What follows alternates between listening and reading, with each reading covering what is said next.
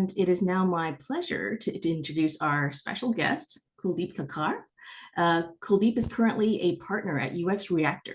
Before joining UXReactor, Kuldeep led UX professional services, customer success with research partners, customer education and support for UserZoom, now part of UserTesting, where he delivered high-value research services and change management programs for UserZoom's Fortune 500 customers for 8 years. Kuldeep was PayPal's first full-time user research in 2004. He then led user research globally until 2014. He also led the user experience design practice for Tata Consultancy Services, TCS, at the Santa Clara Design Studio from 2014 to 2015. He is the author of Strengthen Your User Research Superpowers, which distills 25 years of industry experience into tips, skills, and best practices, some of which Kuldeep will discuss today. All right, Kuldeep, I'll let you take it away from here. Wow, thank you, Helen. Thank you for that introduction. I'm seeing some familiar faces and names on this call. So hello to everyone. Good morning, good afternoon, good evening, depending on your time zones. Which brings me to, if you guys can type your location, city, country in the chat box, and I'll be back in less than 30 seconds.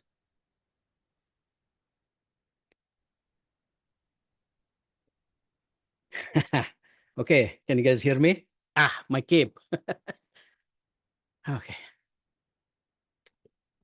And by the way, I'm wearing a It Depends t-shirt. So how is everyone doing?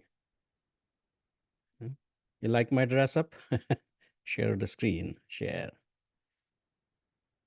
Cool. Now, I wish I would have practiced a little bit because my challenge is with this type of a getup. I really can't put on my reading glasses, so I might not be able to see my own screen.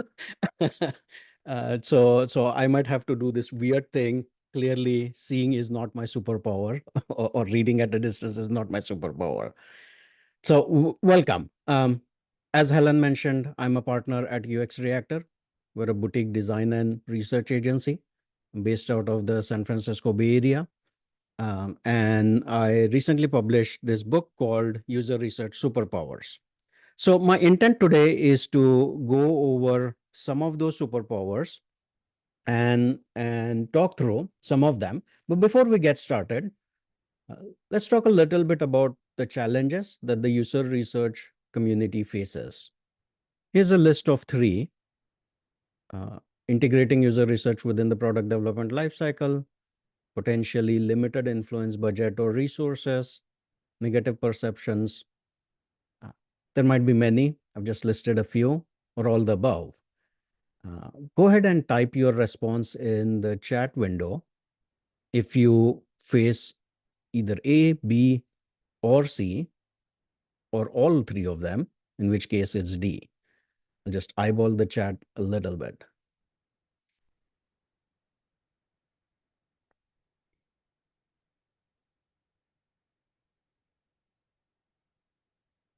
Oh boy, lots of Ds, some Bs, some A and D.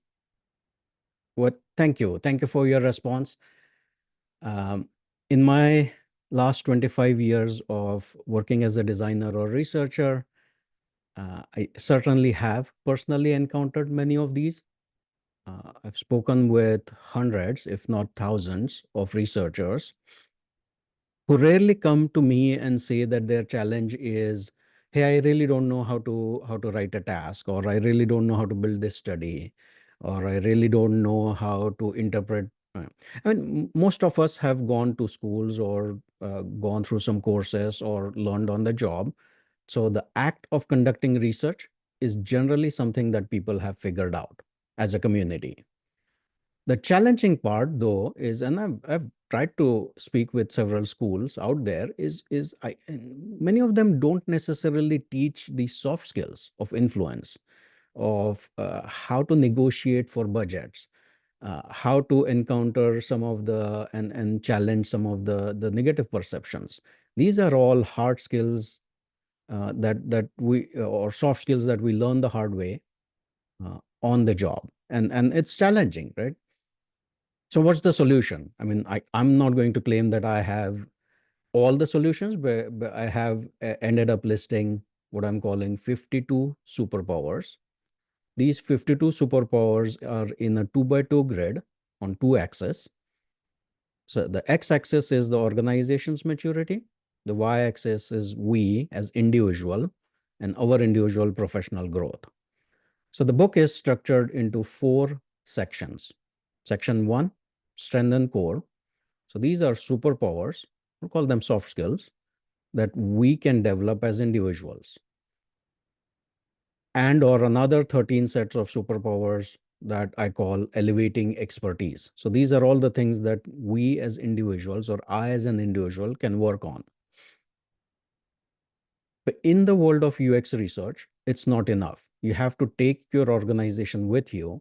And if the organization's maturity does not match the individual's ambitions, then it becomes challenging, right? And so many of us have learned the hard way that we have to take and nurture that engagement with the wider organization and demonstrate skills.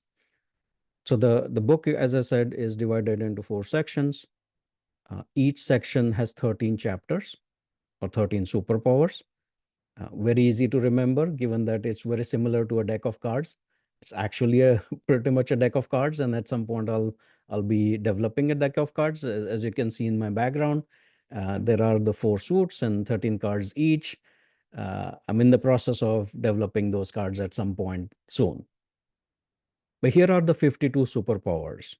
It's an eye chart, start to read. We don't have enough time. This is a 1-hour talk. I certainly can't go through all 52 superpowers. You can certainly buy the book. It's available on Amazon. You can download the first 3 chapters on kuldeepkelkar.com. The book also has several questionnaires, other artifacts. It's very easy to read. I had to pretty much rewrite the book to make it highly visual and easy to scan. But for today's talk, let's focus on 4. So as promised, as the agenda said, we'll go through 4 superpowers, and I hope you find them interesting. Now, I know I'm speaking with a lot of researchers, research leaders, UX leaders. And so I don't anticipate any of you saying, hey, I never thought of this superpower. I'm sure many of you have thought of these or have practiced these or used these within your work time and time again. My intention here really was to collate them in a single book and encourage each one of you to reference back every 90 days and just eyeball and check these superpowers and see how many of them you are really practicing, how you're using it, and which ones do you want to strengthen for the next 90 days. I'm not recommending that once you attain this superpower, it's all done. You have to keep practicing it and keep using them over and over and over again. So let's start with the first one, which is sample size. Now, if I had a penny every time somebody challenged me on sample size, I would be rich. And I'll say this, I've said this before. I think in the first 5 or 10 years of my career, I used to get annoyed, and I'm not ashamed of acknowledging that when somebody said, well, why are you running research with sample size of 8? How are we going to believe outcomes that you are presenting based on smaller sample size? It used to annoy me, right? And I generally would not always be winning those arguments. But over the next 15 years of my professional career, I actually look for an opportunity when someone challenges me on sample size. I see that as a good sign. I actually love it because it helps me engage in a deeper conversation. And so if there is any recommendation I have is assume that people are going to be not aware of the benefits of qualitative research or what we can and cannot learn from smaller sample size, but use that as an opportunity to educate, to engage, to have a conversation. And so I'll ask everyone here, hey, which tool should I use? If I ask you this question, what would your response be? Feel free to type your responses in the chat window.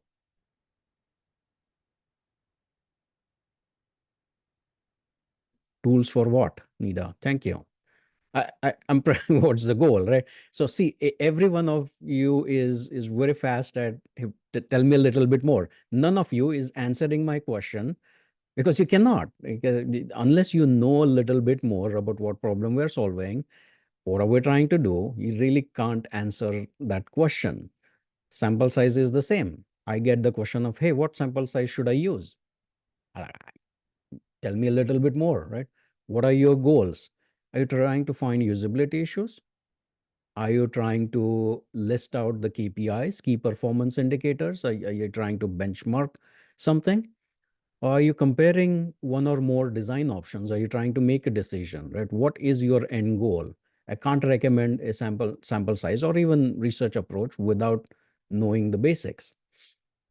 And so if the organization goal, if the product manager goal, if the IT leader goal is to validate if there are reusability issues, the classic, hey, Jacob Nielsen said n is equal to 5 is enough, has validity to it. But just remember that with n is equal to 5, what Jacob Nielsen really said was that you can find those big rocks with n is equal to 5. If you're hunting for those little rocks, you can't find all those rocks with a small sample size of 5. Jacob Nielsen has also historically argued that there is a diminishing marginal utility after a certain point, right? You can run hundreds of participants through a usability test, you'll just not learn net new things. And so for that same amount of effort, you might as well repeat in multiple cycles rather than spending all your time and energy on the small zone. What he has never said and what we should never say is, hey, n is equal to 5 is more than enough. That's not generally true. It's only true if you're looking for those big rocks. If you're looking for those little rocks, then you need a higher sample size. It's generally also not enough when you are comparing certain KPIs. For example, task success rate. Right? I've sat through several reports and user research finding presentations where someone comes in and says, hey, we tested with 10 users and 80% of them were successful. If 8 out of 10 were successful, that statement is factually true. 80% of them were successful. But what we as a community in general don't pay as much attention to is the margin of error. So that factual statement of 80% task success rate for n is equal to 10 had a plus minus 25% margin of error, even at the 90% confidence level. So there's a 10% chance that we might be completely wrong. There is a 90% chance that the true mean is somewhere in that range of 80% plus minus 25%. Let's be aware of that. And so as you increase the sample size, you are decreasing the zone of uncertainty. And you're bringing that sample size to 28, and if 80% had task success, you are essentially decreasing the margin of error. You get to sample size of 65, which is generally what is recommended for large scale competitive benchmarks or just benchmarking in general, where your narrative includes some key KPIs, where you want the margin of error as small as possible. Right. Now, the book gets into the comparing options. The chapter is freely available to download on the website. But the bottom line recommendation historically at that 90% confidence level has been, if you're trying to identify those usability issues, that sample size of 5 to 10, which we all know, will help you find and identify issues that have 20% plus chance of occurrence. If you're still looking for corner cases, you might want to increase that sample size. If you are estimating parameters, if you're pinpointing to those KPIs, you potentially want that higher sample size so that you can decrease your margin of error. And then if you're comparing options, it's really between subjects, within subjects. We generally recommend the within subjects, at least for most UX research. And in that 65 to 100, 115 range, you'll bring down your zone of uncertainty as well as your ability to compare the difference between the two can drastically be increased. So when someone says statistically significant difference, what they really mean is that at the sample size that you tested something, was this difference just by chance, or was there something there? And that's the confidence level. Sounds good. I mean, the point of this conversation is I generally personally don't like these blanket statements of n is equal to 5 is more than enough, because then it gives uh, a chance for the product manager or the marketing leader or someone to say, I'm not sure I understand. Or sometimes even our credibility is lost. If you talk in this type of sense that, hey, higher the sample size, the better, it's just that there are instances where it gets really costly and time consuming. And so we have as a community, we have tested this multiple times, and n is equal to 5 to 10 is good enough in many instances, would rather repeat this over the product development life cycle. And hey, there are instances when we're doing benchmarking where we need higher n size. So far, so good. Okay, so now I'll pick a superpower in the nurture engagement, which is the second section of the book. And I'm going to pick the show don't tell chapter. The show don't tell chapter is all about I have sat through hundreds, possibly thousands of user research report findings. Some of them really successful in my consulting line of the business. Clients really love or appreciate it. And then there are times when it doesn't work. I'm sure many of us have presented findings, and we always want the audience to be super engaged. Sometimes it doesn't work the way we want it to work.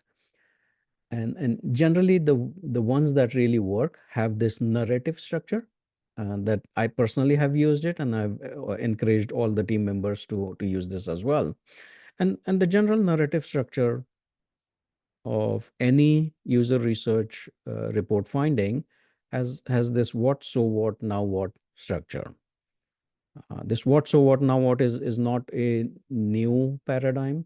I didn't come up with it. It has been there since the 70s and 80s, and I reference it in the book with the QR code, and you can certainly read a little bit more about it. But the way this can work for user research is, let's say you conducted a usability test. You did this with n is equal to 10 or whatever your sample size was, or n is equal to 6, and you found something. Right? So these are factual findings of what you found. The what can answer, hey, several users encountered this issue, or 3 out of 6 users encountered such and such issue. Or it could be, hey, most participants, whatever most means in your case, completed the task, but their satisfaction rating was lower. These are factual patterns that you have identified within the data set. You have to report it. Every research report has it. There's no problem with it. The frustrating part for the audience or the decision makers or the stakeholders is when the report stops here. Try to remember instances when you were in the audience and you heard someone say, hey, 3 out of 6 users found this challenging. And you sit there and go, okay, what do I do with it? What decision can I make? So never stop at the what. Try to deep dive and answer the so what question. So what? But try to quantify it, try to size it. If you have access to analytics, hey, we observed in the analytics data for the last 90 days that 2% of users encounter that problem, and when they do, checkout conversion goes lower, or whatever the story might be. Or add some context to answer the so what. It's not always that easy, so you have to sometimes think a little bit deeper to get to the so what. But do that additional investigation to answer the so what, but don't stop there. Go answer the now what. Okay, what do we do now, which is the critical part for any user research effort, which is, hey, now that we have found something, we have done a little bit more investigation to answer the is this critical so what question. The team is looking to you as researchers to answer the now what do we do. Now, generally, this is a collaborative effort between product and engineering and designers, and marketers or IT or whichever teams that you're working with, run workshops, collaborate, bring them together, right? Get alignment on, don't stop the research report at just the presentation. Conduct workshops, drive that change, right? Bring people together. That's where the value really is, not just answering the 3 out of 6 users found this issue. That's just the baseline. Go all the way to now what do we do? That's where the true value is. So far, so good? Yeah. Of course, there are total 13 chapters, so I just gave you a taste of 2 out of the 26 so far. Now let's jump into the demonstrate leadership. And when I was writing the demonstrate leadership, I think I never meant it to just be for managers. When I say demonstrate leadership, I don't mean just people leadership. Now, there are chapters that are related to people leadership, but many of these are applicable to individual contributors as well. Is demonstrate user research leadership is really the intention there. And the chapter that I'll or the superpower that I'll focus on is the 5V, and I'll describe what I mean by 5V. Many of you work for large enterprise organizations where you might have some HR processes, annual reviews, every 6 months reviews, whatever processes you have, make a conscious effort to capture the data, 5V or otherwise.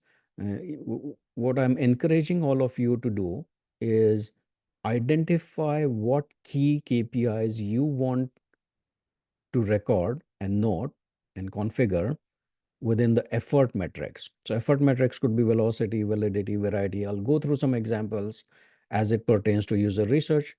Some engagement metrics of visibility within the organization, and I'll again go through some examples on the next slide.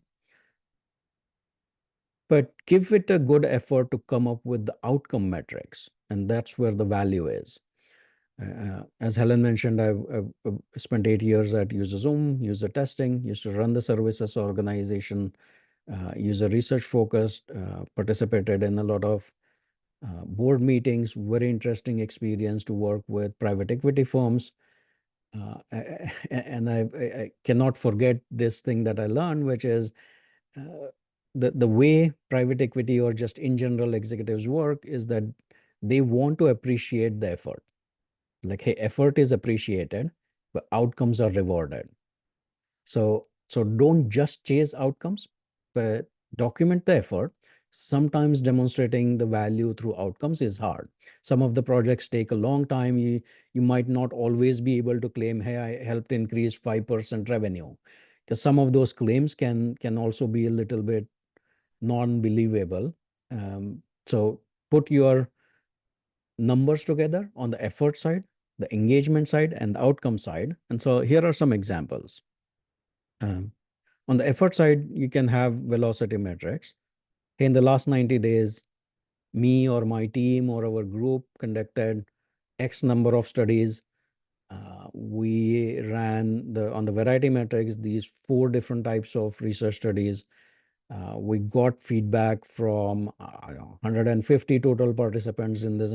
Whatever those metrics are, give your due diligence to capture them as effort metrics. Spend some time collating, hey, how many business units or product managers or industry verticals, or how did you engage with the organization is essentially within that visibility metrics. And in the book, I also have a questionnaire, which I have historically called the stakeholder perceived value survey. In some organizations, the value is known or documented, but it doesn't hurt at least once, twice, or at the end of every project, run a very short stakeholder perceived value survey. It's simple, 6 to 8 questions. You can tweak it how you want it. Collect that feedback, right? We work with customer support, and at the end of every ticket, customer support teams are evaluated based on a thumbs up, thumbs down. I'm not suggesting that every researcher, every interaction, you start collecting it, but quantify it. and get that valuable feedback from your product counterparts or other stakeholders. The last section is the outcome one. This is key.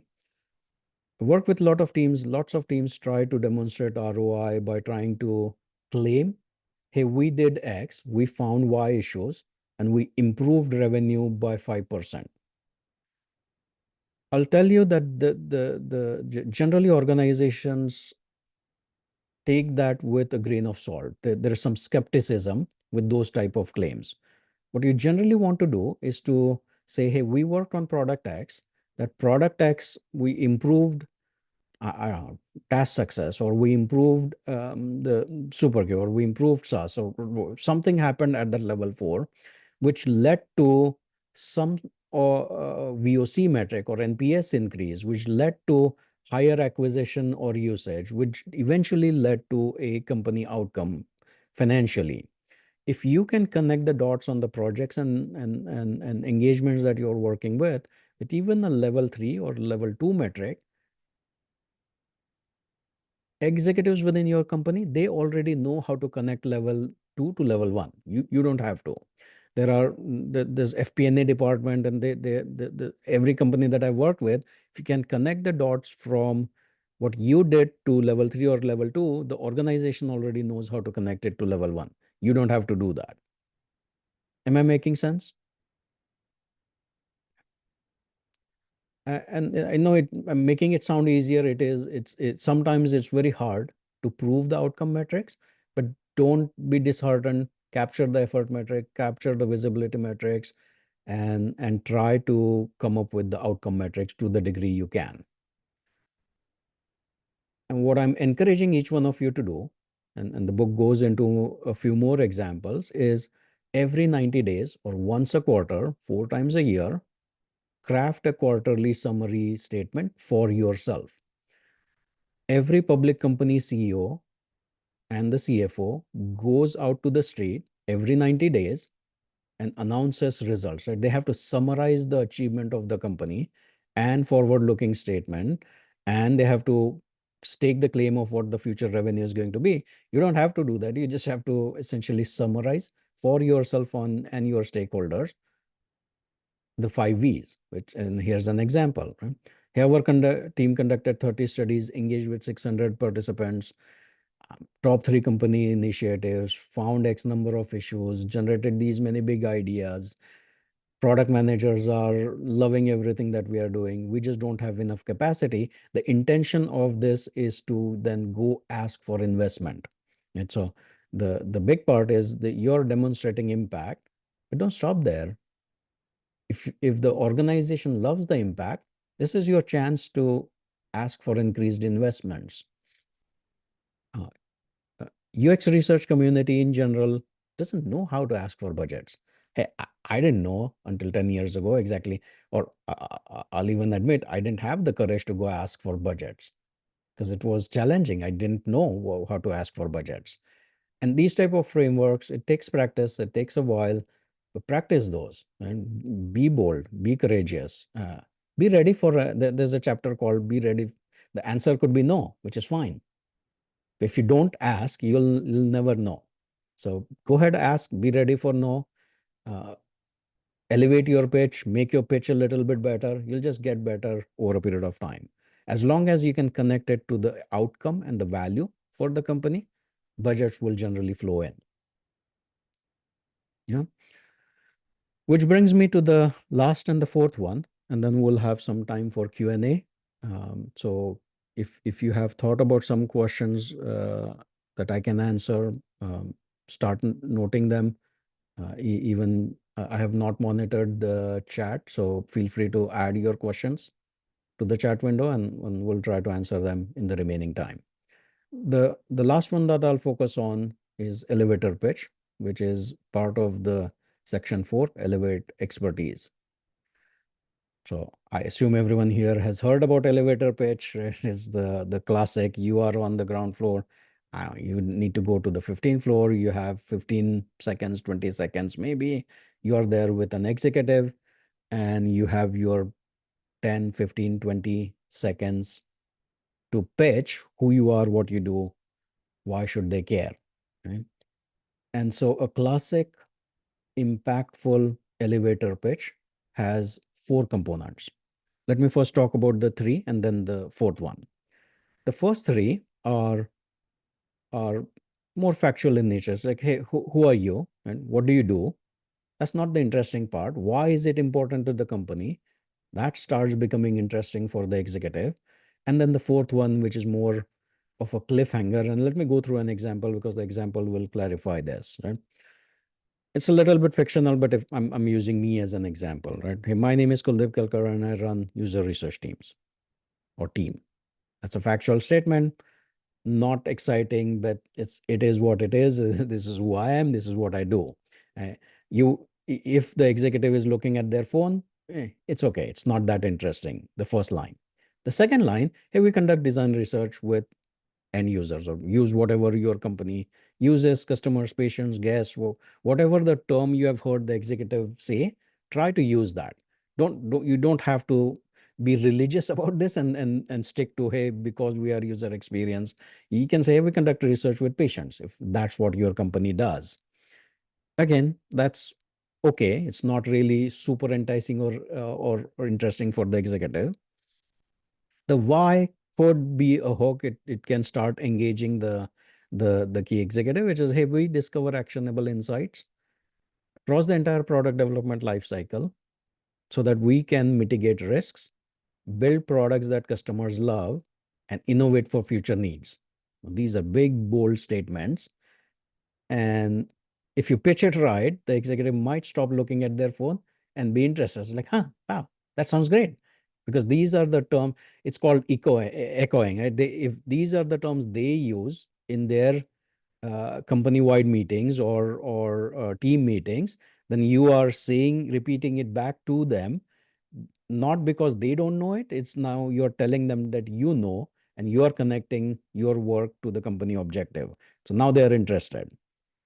But don't leave there. If you can, if you have a good cliffhanger, put in a cliffhanger.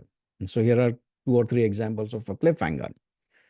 In our recent benchmarking research, we found that we were outperforming competitor X, but lagged behind Y. And just pause. You don't have to narrate the results. That's called a hook. These cliffhanger sound bites are a hook. Because now you will notice that they have to put the phone away. Their attention span is on to that statement. They want to know more. They might even want a full readout because you just piqued their interest. Another example would be, hey, we just came back from this customer visit and we had this interesting highlight, or we customer ABC deployed our solution in a completely next, whatever is the cliffhanger, think about it, practice it.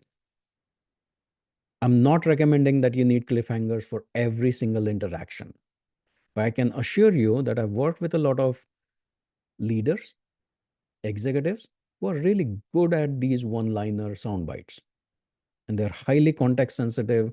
They are big impact headlines. And so if you spend your time thinking through some headlines that would be at least interesting, might tell them something that they don't know, then use it. Again, you don't have to have it in every single interaction, but keep the factual part, who you are, what you do, answer the why, and if you have a good one-liner cliffhanger, then leave it with that. Yeah. Even after 25 years, I'm an introvert who pretends to be an extrovert. I still have to give myself a minute or two to think through. I don't always type it out, but I make a mental note of, because who am I doesn't change, but I want the audience to remember who am I in the context of what they are trying to do.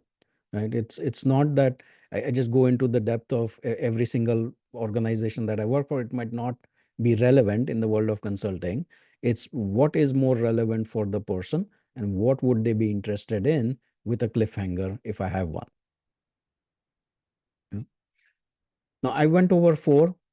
Even in those 4 chapters, there's more information. I see some names on the Zoom call that I know have already purchased the books because I see you, some of them have added reviews on Amazon. As an independent author, these reviews on Amazon massively helpful. So if you buy the book, if you like the book, please add your reviews on Amazon, because that's a massive help. And I think we are going to give away one book, or not we, Raymond and team are going to give one free book. User Research Guild is going to sponsor at least one winner, and that would be announced before the end of this call. So hang out until at least 10 o'clock Pacific, and at least one winner will be announced. The rest of you can certainly go ahead and buy it on Amazon. Uh, Writing the book was an interesting experience for me. Earlier this year, when my manuscript was ready, I circulated it with all my mentors, people that I knew. They gave me plenty of feedback and lots of praise.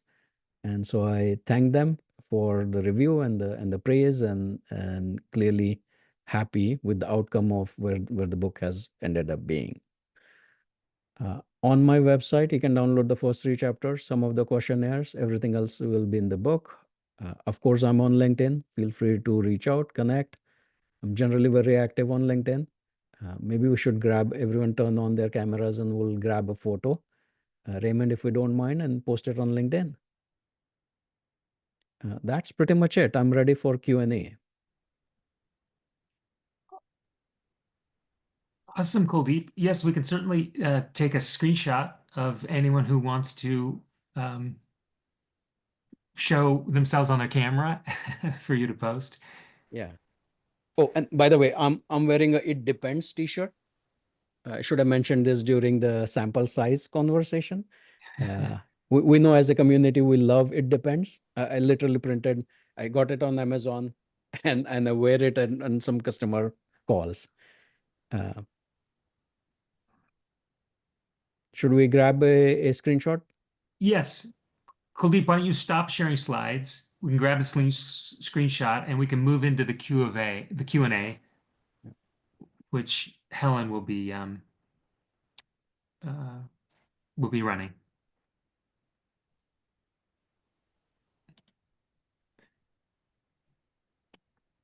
Did I stop sharing? Yeah. Okay, looks great. Oh, hey, Nadia.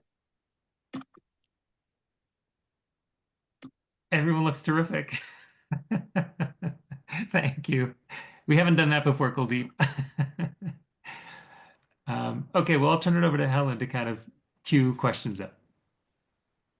All right. Thank you, Kuldeep, for this intriguing introduction to some of the superpowers from your new book, and also to our audience for these great questions that I already see coming in. I think some of us want to know where you got your cape, Kuldeep. So let's stick around till the end to do the giveaway. Let's dive right into the questions first. Let's have a look. So Kuldeep, we have somebody who asks, I've primarily been a qualitative researcher. What suggestions do you have to build the quant side? For example, programs, classes, anything else? Yeah, I mean, that statement might be true for a whole bunch of us. I mean, most of user researchers, a significant majority of us, generally learn about qualitative methods and practice qualitative methods, right? There's a small number of organizations where there is a specialized quant user researcher role, but that's probably less than, I'm making this up, less than 10 companies, right? I mean, most of us are going to have. So my recommendation would be, yeah, learn more, learn by doing, find a project. So I mean, while I worked for UserZoom UserTesting, I actually was a customer of UserZoom way back in 2009. And this was at PayPal. We used to do qualitative in-lab. This is between 2004 and 2009. You can imagine in that era, user research meant in-lab, in person, and that's pretty much it. That was the only method that we used. And I mean, PayPal was quite a mature organization back even in those days. And it was clear to me that only qualitative research was not enough for that organization. We had to find ways of quantifying, which is why I signed up for UserZoom in 2009, the first time we signed up for the license, to run some competitive benchmarks and do some large sample size. Did we have a whole lot of training and quant analysis? You don't have to. In general Google search, I mean, the book has at least 5 QR codes with free resources to learn about quantitative research. Could be some basic, there's a chapter dedicated to statistics. You don't have to have a PhD in statistics for this type of analysis, but there are plenty of free resources. In the book, I have plenty of QR codes that point you to some of them. So the simple answer would be find an engagement, find a way, try to increase the sample size, and there's plenty of free resources to get you started. Now, if you work for a large organization and you're in leadership position, you can hire dedicated quantitative user researchers. That's great. But I am going to assume that for 90% of us, that doesn't apply. Helen?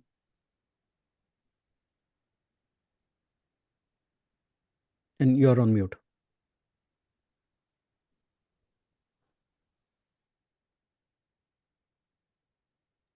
All right. What are the tips for a 2-designer team conducting user research in a bootstrapped product company where resources such as time, money, and people are limited? What would you prioritize for these smaller teams? Maybe even teams of one? Yeah, I mean, there's a chapter called Guerrilla Usability Testing. Let me just share my screen one more time. There's a long answer, but there is a short answer, right? I mean, while the book is hyper-focused on researchers, I would say between 50 and 80% of these superpowers apply to designers or people who do research, right? The PWDR powder. Because designers want to drive influence within the organization. Designers want to justify value. Designers want to ask for more budget. So many of these tips, tricks, elevator pitch, many of these things apply to designers as well. Now, specific to the designer that wants to do guerrilla testing, there's a chapter dedicated to even guerrilla usability testing. My argument is that you don't have to have fancy research as the only way of conducting research. And that might be a little bit of a controversial statement, because there are many in the UX research field who truly believe that this is a skill set that is highly specialized and that should be really used by researchers with masters and PhD. It's a little hard for me to say yes to that, because I see like 90% of software going out into the market with no user feedback. And so it hurts, right? Given a choice, would I want the best possible research? Yeah. But that's not the choice that many of us deal with, right? The choices that we deal with is no research, or at least some research. And so whoever asks that question, go for it. Try to do guerrilla usability testing if you need to. Usability testing 20 years ago used to cost a lot. Now there are lots of tools, unmoderated tools, moderated tools. You can, I have at least 10 resources that are listed in the book as tools. And then there are tools like user interviews or respondent to find participants. You don't have to sign up for an annual contract if your organization really doesn't have that level of maturity. So start small, start now, execute. The organization will find value if you demonstrate value. That makes sense. And definitely, I think, encouraging for those of us coming from smaller teams that we don't have to be in the larger organizations for this to happen. Here's another great question. Kuldeep, have you ever used these superpowers in professional development of direct reports? For example, do you recommend using it as a series of KPIs to work on with a manager? I do. Actually, there are a few chapters that are dedicated to managers, everything from how to, I mean, as a leader, I had to spend quite a lot of energy. I've led teams that have been large where you need to have the defined roles and levels and job descriptions and how would promotions work and professional development.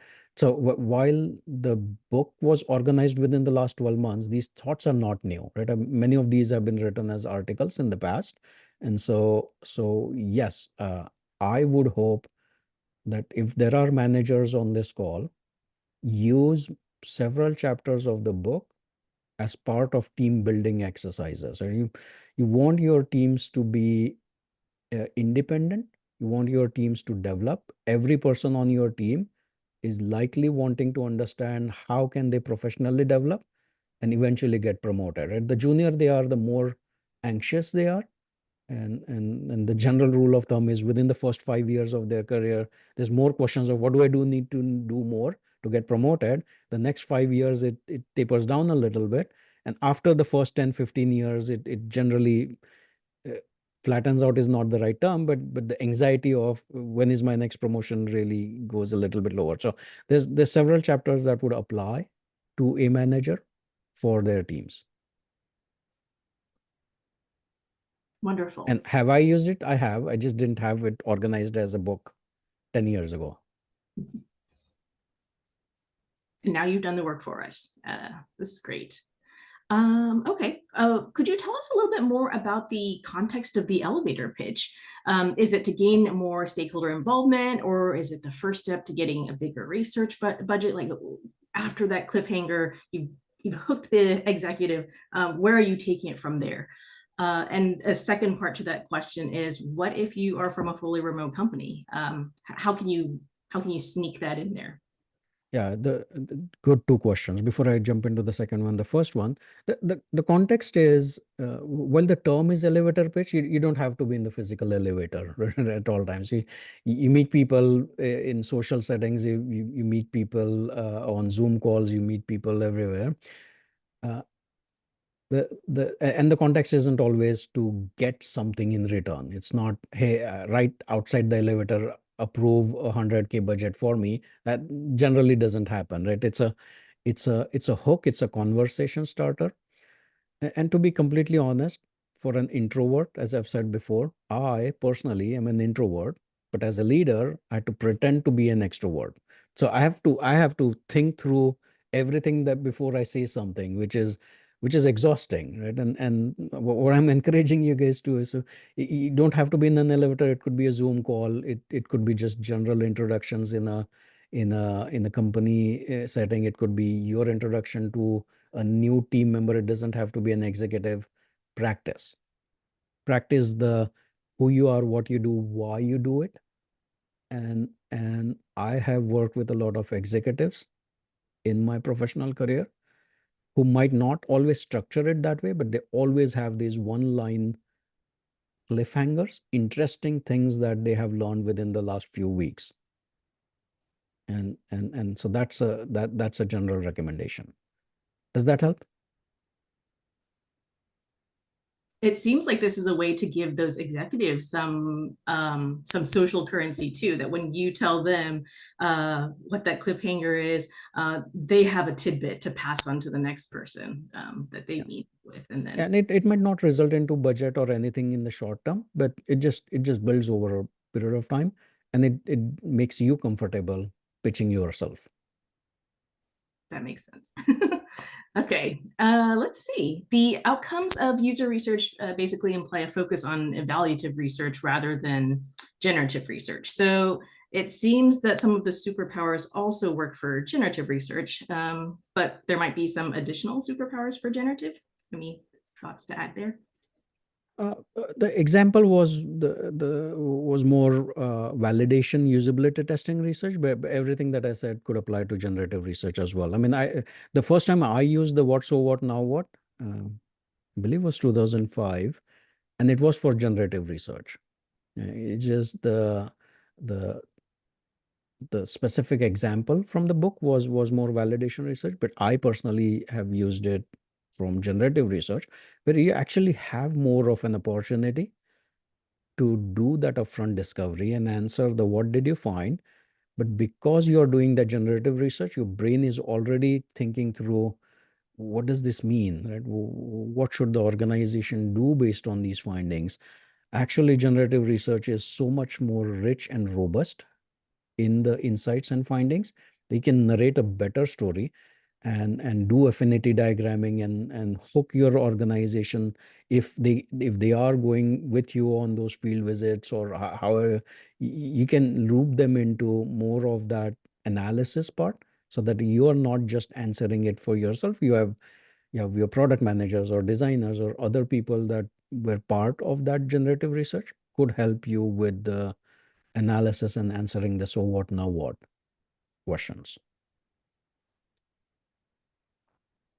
Thank you. Okay, I think we've got 6 minutes left. I have one more question that I'm seeing here. Kuldeep, are you using more AI in your research nowadays? I am. So I published a couple of articles. There's a chapter dedicated to AI. It's a little bit of a longer answer. I'll give you the gist. It's in two parts. So I personally, or we at UXReactor, use generative AI, except if contractually we are obligated to not use it for certain customers. There might be some instances where we are asked to not put any of the customer information into these generic models. But if we are allowed to use it, we absolutely encourage. I see some people on my team here as well. We highly encourage everyone to use it.